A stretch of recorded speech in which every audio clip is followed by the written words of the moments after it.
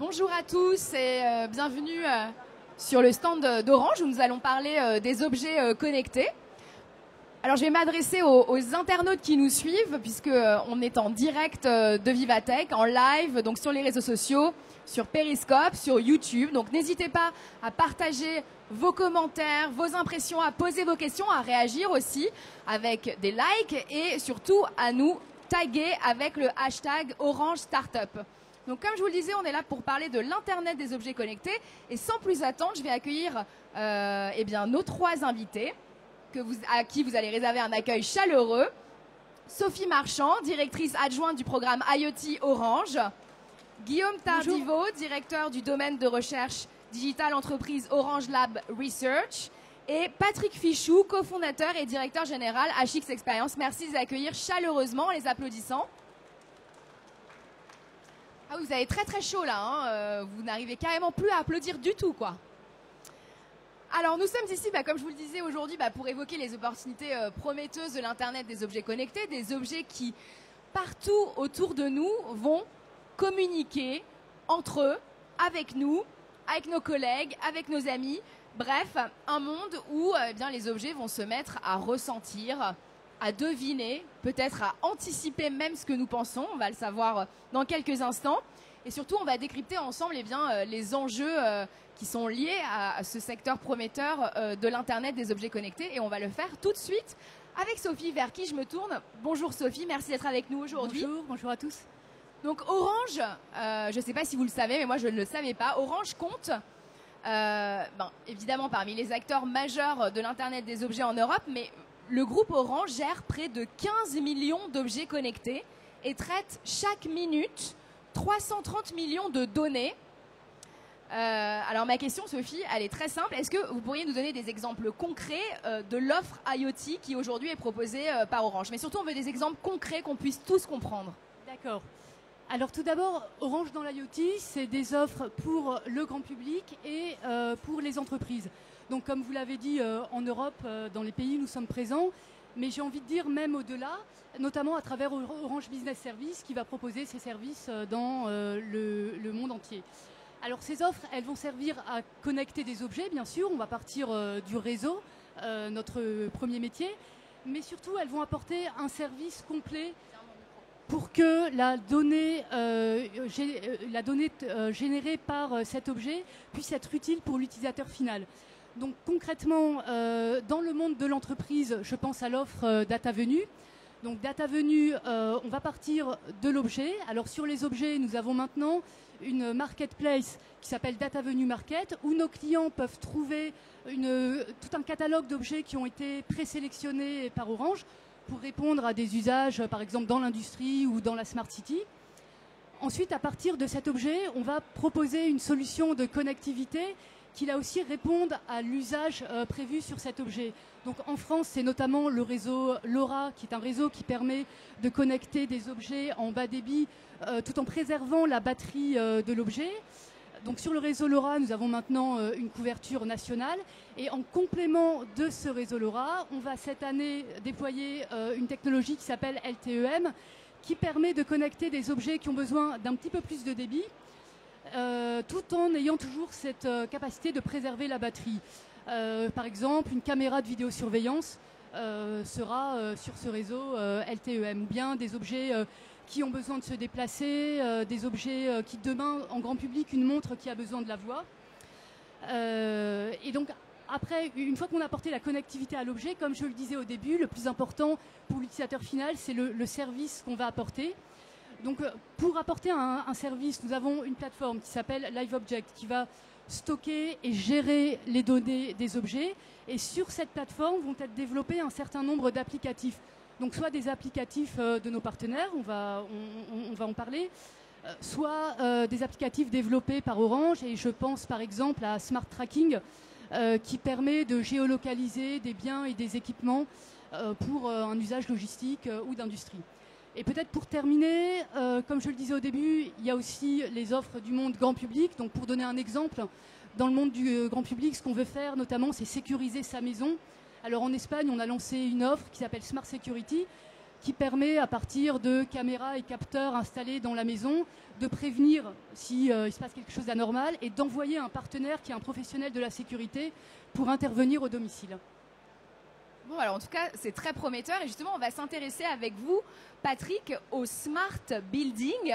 Donc, ces bâtiments qui deviennent intelligents. Pourquoi est-ce que vous avez choisi, vous, avec votre start-up, HR Experience, d'investir ce secteur du bâtiment avec l'Internet des objets connectés? Et puis surtout, expliquez-nous ce que ça donne concrètement. Oui, donc en fait, quand on a lancé l'entreprise il y a un peu plus de 3 ans, 3 ans et demi bientôt, on s'est dit que le monde du bâtiment et de l'immobilier, en règle générale, n'avait pas encore réellement commencé sa révolution digitale. Hein, donc avec beaucoup de choses à apporter, beaucoup d'entreprises historiques et surtout les gens qui travaillaient énormément en silo. Ça commence à changer vraiment réellement et évidemment les technologies comme l'IoT font en sorte que des choses qui n'étaient pas possibles auparavant le sont désormais. Alors il y a 3 facteurs qui font en sorte que globalement on puisse utiliser ces nouvelles technologies et que le bâtiment devienne un bâtiment intelligent. Le premier, c'est l'offre de capteurs qui est vraiment de plus en plus pléthorique aujourd'hui, donc qui évolue très vite. Avec bien entendu, ce qui va de pair, c'est que les coûts des capteurs baissent assez considérablement. Le deuxième axe important, c'est l'arrivée des réseaux qu'on appelle LP1, donc des réseaux qui sont dédiés à l'Internet des objets et donc qui sont en mesure de récupérer de la donnée en faible volume et globalement en faible quantité, mais qui adressent déjà des cas d'usage vraiment importants pour le bâtiment. Donc bien entendu, la technologie LoRa mise en place par Orange est un réseau LP1 qui est très utilisé aujourd'hui pour le Smart Building. Et puis, troisième axe, c'est le développement du cloud. Donc les puissances machines aujourd'hui disponibles dans le cloud sont très importantes. Donc même des sociétés qui se lancent, des startups, peuvent aujourd'hui bénéficier de puissances machines extrêmement importantes pour pouvoir faire des calculs assez poussés avec des algorithmes puissants qui tournent et qui donnent des services innovants qui n'existaient pas jusqu'alors. Donc en tout cas, des perspectives extrêmement prometteuses dans le secteur du bâtiment qui, comme vous le disiez, n'a pas encore totalement fait sa évolution digitale. Alors vous, Guillaume, vous êtes un peu le porte-voix des chercheurs qui planchent aujourd'hui au sein de Orange Labs Research sur le futur de l'Internet des objets connectés. Je ne résiste donc pas à l'envie de vous poser la question, quelles sont les pistes dans un futur plus ou moins proche que vous pouvez déjà nous révéler aujourd'hui sur l'Internet des objets connectés? Alors, dans le domaine de l'IoT, on peut voir quelque chose se dessiner, c'est l'apparition de ce qu'on appelle le web des objets. Si on se remet il y a 30 ans, il y avait beaucoup de sites informatiques qui étaient connectés les uns aux autres, mais c'est l'arrivée de l'Internet et du web qui a permis d'accéder à l'information n'importe où dans le monde et à des services n'importe où dans le monde. À l'époque, on n'aurait pas pu comprendre l'intérêt que ça pouvait avoir. Hein. Si on se replace il y a 30 ans, les gens se seraient dit mais à quoi ça sert tout ça? Eh bien, en fait, sur les objets aujourd'hui, on est un peu comme il y a 30 ans vis-à-vis de l'Internet. C'est-à-dire que les objets vont devoir communiquer entre eux, vont devoir s'instancier les uns les autres. Et pour ça, il faut voir qu'on ne va pas pouvoir continuer comme aujourd'hui à gérer chaque type d'objet avec une application particulière. Si on vous dit que dans 10 ans, on aura 50 objets connectés à la maison, on ne va pas avoir 50 applications pour gérer 50 objets, chacun dans son silo. C'est pas possible, ça. Donc il faut être capable de faire dialoguer les objets entre eux pour qu'ils puissent travailler les uns avec les autres. Alors je vais vous donner un exemple très concret. Vous êtes en train de faire votre dîner du soir. Vous faites le dîner, vous, le soir, chez vous? Ouais, une fois sur deux. Voilà. C'est bien, bravo. Une fois sur deux, figurez-vous. Eh bien, donc vous avez votre cocotte minute là qui est en train de chauffer. Et puis quelqu'un commence à utiliser un sèche-cheveux. Alors vous dire, mais pourquoi voulez-vous faire communiquer un sèche-cheveux avec une cocotte minute? Moi je vais vous dire, ce sont deux objets qui consomment énormément d'électricité. Si la cocotte minute était capable de détecter que le sèche-cheveux vient de commencer à être utilisé, elle pourrait diminuer l'intensité de la cuisson, la prolonger pendant l'utilisation du sèche-cheveux. Quel est l'intérêt? Eh ben, l'intérêt, c'est qu'on ne crée pas un pic de consommation énergétique sur le réseau. Et la consommation énergétique, c'est un problème commun que nous devons adresser. Maintenant, vous imaginez bien, si je continue sur ce cas du sèche-cheveux et de la cocotte minute, que vous n'allez pas développer une web app juste pour faire parler les cocottes minutes et les sèche-cheveux. Il n'y a pas de business model derrière ça. C'est même pas la peine de commencer. Donc, il faut qu'on crée une abstraction qui fasse que les objets, une abstraction, c'est un peu comme l'Internet qu'on utilise aujourd'hui par rapport aux serveurs informatiques d'il y a 30 ans. Il faut qu'on crée une abstraction qui va permettre aux objets de dialoguer les uns avec les autres, de s'instancier sans passer par des applications verticales spécifiques, etc. Et ça, c'est un challenge absolument considérable qui ne tient pas qu'à Orange. C'est pour toute la communauté j'allais dire des utilisateurs de l'Internet des objets, qui a ce challenge à adresser. Donc voilà ce sur quoi les chercheurs d'Orange mettent toute leur énergie aujourd'hui. Ah oui, et la révolution n'est pas encore pour demain, mais bon, ça va être à horizon 10 ans? Oui, bah, ça vient toujours progressivement. Donc, ce qu'on souhaite, c'est avoir le maximum de partenaires pour le faire ensemble, parce qu'il ne s'agit pas de dire que c'est Orange qui sait tout ce qu'il faut faire et qui sait absolument dans les directions dans lesquelles il faut aller et celles qu'il faut éviter. C'est pas comme ça qu'on veut travailler maintenant. Donc, on veut travailler avec des gens qui vont construire avec nous, à partir de ce concept, une plateforme où ils seront capables de gérer leurs propres données, leurs propres règles de sécurité, sans qu'Orange aille fouiller là-dedans, et qu'on puisse comme ça créer avec des industriels et tous les types de partenaires travaillant autour de l'Internet des objets, un monde différent pour que l'Internet, dans 5 ans, 10 ans, puisse commencer à avoir des mains. Parce que l'Internet ne vous touche pas aujourd'hui. Mais peut-être que demain, il pourrait vous toucher. Peut-être qu'il pourrait vous maquiller demain. Et ça, je pense que des gens comme de L'Oréal ou ailleurs, ça doit leur parler. Alors, merci Guillaume. Vous avez dit quelque chose de très important. Vous avez dit on a besoin de partenaires. Et justement, à vos côtés, vous avez un partenaire. Patrick, en 2015, vous avez croisé la route des équipes d'Orange. Vous avez intégré la saison 4 du Orange Fab. Est-ce que vous allez pouvoir nous raconter cette histoire et surtout quelles ont été les retombées de ce partenariat que vous avez initié avec Orange il y a quelques années déjà? Oui, donc en fait, Orange a lancé un programme très intéressant qui s'appelle Orange Fab, d'ailleurs dans plusieurs pays. Et j'invite les startups qui sont intéressées par une collaboration potentielle avec Orange à porter leur candidature. C'est un programme très intéressant qui dure quelques mois et qui s'adresse surtout aux startups, à mon sens, sur la phase d'early stage, au démarrage. Donc nous, on était dans cette situation-là en 2015 et globalement, on était évidemment en train de concevoir notre solution Smart Building, qui n'était pas complètement terminée à cette époque-là.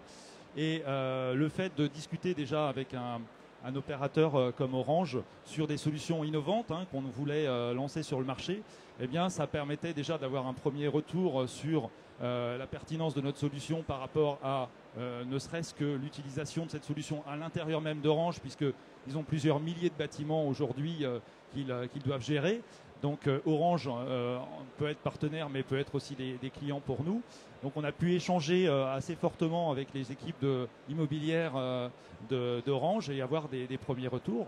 Ça, c'est le premier bénéfice. Le second, évidemment, c'était de monter une collaboration de type business avec Orange, qui était intéressé par ce qu'on avait commencé à développer pour pouvoir le mettre sur le marché ensemble demain. Alors oui, vous le savez, Vivatech, c'est la rencontre entre les startups et les gros corporates comme Orange. Patrick, vous êtes un peu l'exemple vivant que oui, c'est possible, la co-construction start-up et grand groupe. Sophie, pourquoi est-ce que cette association, cette co-innovation avec des startups comme HR Experience, elle est clé pour relever les challenges de l'IoT pour Orange? Parce que finalement, vous pourriez très bien vous débrouiller tout seul, non? Alors non, justement, on ne pourrait pas. Comme je le disais tout à l'heure, ce qui est important pour nous et ce qui est important, je pense, dans l'IoT, c'est d'apporter un service complet, un service de bout en bout. C'est ça qui sera utile à l'utilisateur. Et quand on voit le champ des possibles dans l'IoT qui est, j'ai envie de dire, quasiment infini, et je pense qu'ici, à Vivatech, c'est vraiment un endroit où on s'en rend compte, on voit la multitude de cas d'usage qui existent dans l'IoT. Nous, ce qu'on veut faire, ces services, c'est les développer avec des gens qui connaissent à chaque fois le métier, qui connaissent le client, qui comprennent le besoin du client. Et c'est pour ça qu'on va le faire avec des partenaires, toujours dans une logique d'interopérabilité et avec la conviction qu'on sera dans un apprentissage collectif avec ces partenaires. Alors, il y a bien sûr des partenaires globaux, des grosses sociétés comme nous. Je pense par exemple dans l'industrie à des gens comme Microsoft ou Siemens avec qui on travaille dans l'IoT. Et puis il y a également des startups qui vont nous apporter leur capacité de connaître et d'innover dans des secteurs très précis. Donc H-Experience par exemple dans le smart building, le fait de connaître précisément les besoins en relevé d'informations à l'intérieur d'un hôtel, on voit bien que c'est une expertise métier. Je pense également, on peut voir ici sur le stand d'Orange une start-up qui s'appelle Équilibre qui va aller travailler sur la qualité du lait dans l'agriculture en fonction du lieu de pâture. On voit bien le niveau de précision de l'application métier et c'est ce savoir-faire qu'une start-up va nous apporter. Donc concrètement, on a un certain nombre de programmes et de solutions pour travailler, nous, avec des start-up. Il y a effectivement les Orange Fab qui servent d'accélérateur. On a également des kits de prototypage, on appelle des starter kits, pour qu'un fabricant d'objets puisse aller développer son objet sur nos réseaux, de l'exposition d'API. Et on a même un lab qu'on appelle l'Open IoT Lab, ouvert sur notre campus de l'innovation, où un fabricant d'objets peut venir développer son objet sur des réseaux IoT qui ne sont pas encore commercialement ouverts. On voit que vous êtes, vous Orange, très proactif. En tout cas, vous êtes en observation de cet écosystème start-up dans l'IoT. Vous, qu'est-ce que ça vous a apporté concrètement, Patrick, de travailler avec Orange sur ces finalement 2 années où vous étiez en train de commencer à amorcer la croissance de votre start-up et aujourd'hui, quasiment 3 ans plus tard, où est-ce que vous en êtes et concrètement, comment est-ce que ce partenariat avec Orange a compté dans l'histoire de votre start-up ? Déjà, en fait, la solution technologique qu'on met sur le marché, elle utilise des réseaux LoRa. Donc, on a besoin d'un opérateur comme Orange pour faire marcher notre solution. Alors, c'est bien, je suis très content que Sophie dise qu'évidemment, elle a besoin de l'innovation des startups, mais nous aussi, on a besoin de travailler avec des grands partenaires comme Orange qui sont présents sur la totalité du territoire français et bien entendu dans beaucoup de pays à l'étranger pour pouvoir vendre notre solution à l'étranger. Donc on s'appuie sur des réseaux déployés par les opérateurs comme Orange pour vendre notre solution à différents clients. Donc ça c'est un premier échange. Ensuite, il peut y avoir quelques briques qui sont développées et mises à disposition d'Orange dans la solution globale qui peuvent nous intéresser. Il y a quelques petites briques. À partir du moment où ça existe, ça ne sert à rien pour nous. On n'a pas le temps de tout redévelopper. Et c'est ce que fait aussi Orange en sélectionnant des solutions de start-up. On est obligé de regarder ce qui existe sur le marché pour aller plus vite à mettre la solution à forte valeur ajoutée à destination de nos clients sur le marché. Ça nous permet de gagner pas mal de temps. Donc ça, c'est le deuxième point. Et puis pour revenir à votre question sur qu'est-ce que ça nous a apporté, globalement là on est en discussion on va dire très avancée avec Orange pour mettre notre solution sur le marché, c'est-à-dire qu'elle sera commercialisée via les forces d'Orange B2B, ce qui est pour nous évidemment un effet de levier extrêmement important puisque on bénéficie de toute la force de vente B2B d'Orange sur tout le territoire français. Merci Patrick d'avoir partagé ça avec nous. Alors je voulais qu'on revienne ensemble avant de se quitter sur ce qu'est l'IoT aujourd'hui. Aujourd'hui, l'IoT, ce sont des objets connectés, mais qui sont limités à des applications dont ils dépendent. C'est ce que vous expliquiez tout à l'heure, Guillaume. Demain, l'IoT, ça sera ce qu'on appellera le web des objets. Le web des objets, eh bien, c'est que vous, moi, on pourra très bien aller parler à ces objets et leur demander quelle data est-ce qu'ils ont collecté, alors que cet objet ne sera pas forcément présent dans notre salon et ne dépendra pas forcément d'une application qui est sur notre téléphone portable. Alors si mes informations sont exactes, mais vous allez me le dire tout de suite Guillaume, je crois qu'Orange a commencé à mettre un pied dans cet Internet, dans ce web des objets. Vous avez lancé récemment une initiative collaborative de recherche qui s'appelle Singin. Et donc en fait, si j'ai bien compris, il s'agit d'une plateforme de recherche autour de l'Internet des objets. Est-ce que vous allez pouvoir nous en dire un peu plus ou c'est encore un peu top secret ? Non, non, c'est pas top secret du tout. D'ailleurs, il y a une petite démonstration là sur le stand de Orange autour de la plateforme ThingIn.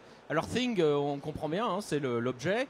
In, c'est parce qu'on veut faire de la recherche intégrative, c'est-à-dire qu'on veut associer des partenaires dans nos travaux de recherche et ne pas faire des solutions comme ça en se mettant dans notre caverne pendant 5 ans et en ressortant et en se disant ah bah voilà, voilà ce à quoi on a pensé parce que 5 ans après, le monde a changé et tout ça, c'est assez has-been. Donc, il s'agit vraiment d'associer des partenaires.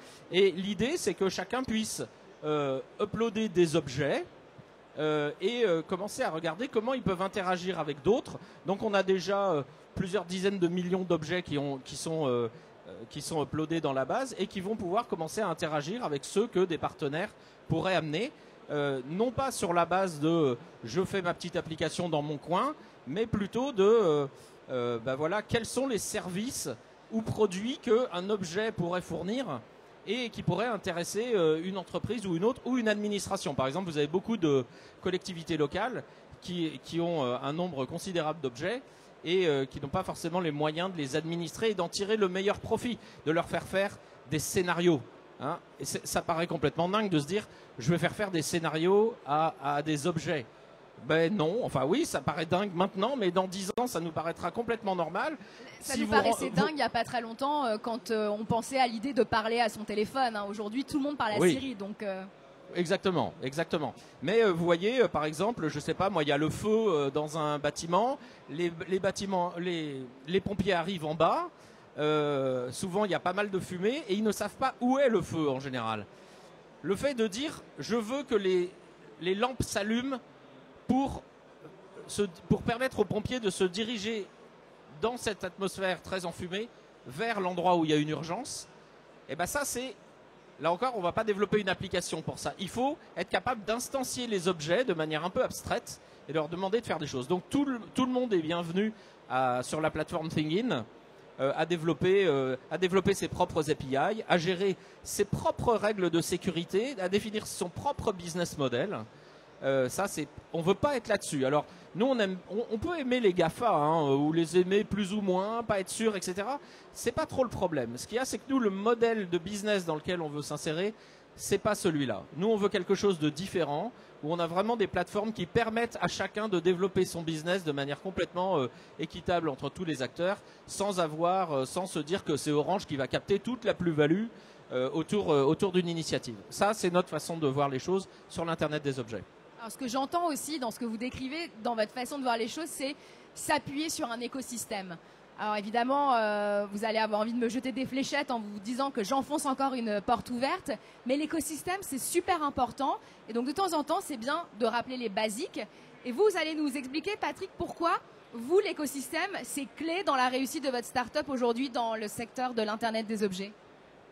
Oui, alors c'est effectivement un sujet extrêmement important et quand on rencontre des nouveaux prospects, c'est souvent un sujet qui arrive sur la table. L'écosystème avec lequel on est interconnecté. Pourquoi Je dirais à plusieurs titres. La première chose, c'est que nous, on est un éditeur de logiciels, on ne fabrique pas de capteurs. Donc il faut qu'on puisse être compatible, ou en tout cas il faut qu'on puisse interconnecter l'ensemble des capteurs disponibles et ayant des cas d'usage qui sont intéressants pour nos clients à notre solution. Donc on a tout un écosystème de partenaires qui fabriquent les capteurs avec lesquels on discute très régulièrement concernant aussi les nouveaux produits qui vont sortir et les nouvelles fonctionnalités que nous on aimerait voir à l'intérieur de ces capteurs. Ça c'est la première chose. Deuxième partie de l'écosystème, c'est le réseau, donc avec les opérateurs. Troisième partie de l'écosystème, je dirais que la chose la plus importante, c'est d'essayer, quand vous arrivez avec une solution chez un client pour lui apporter plus de valeur, il ne faut pas lui dire dans un premier temps, on va commencer par en détruire parce que tout ce que vous avez mis en place, on va le mettre à la poubelle. Voilà.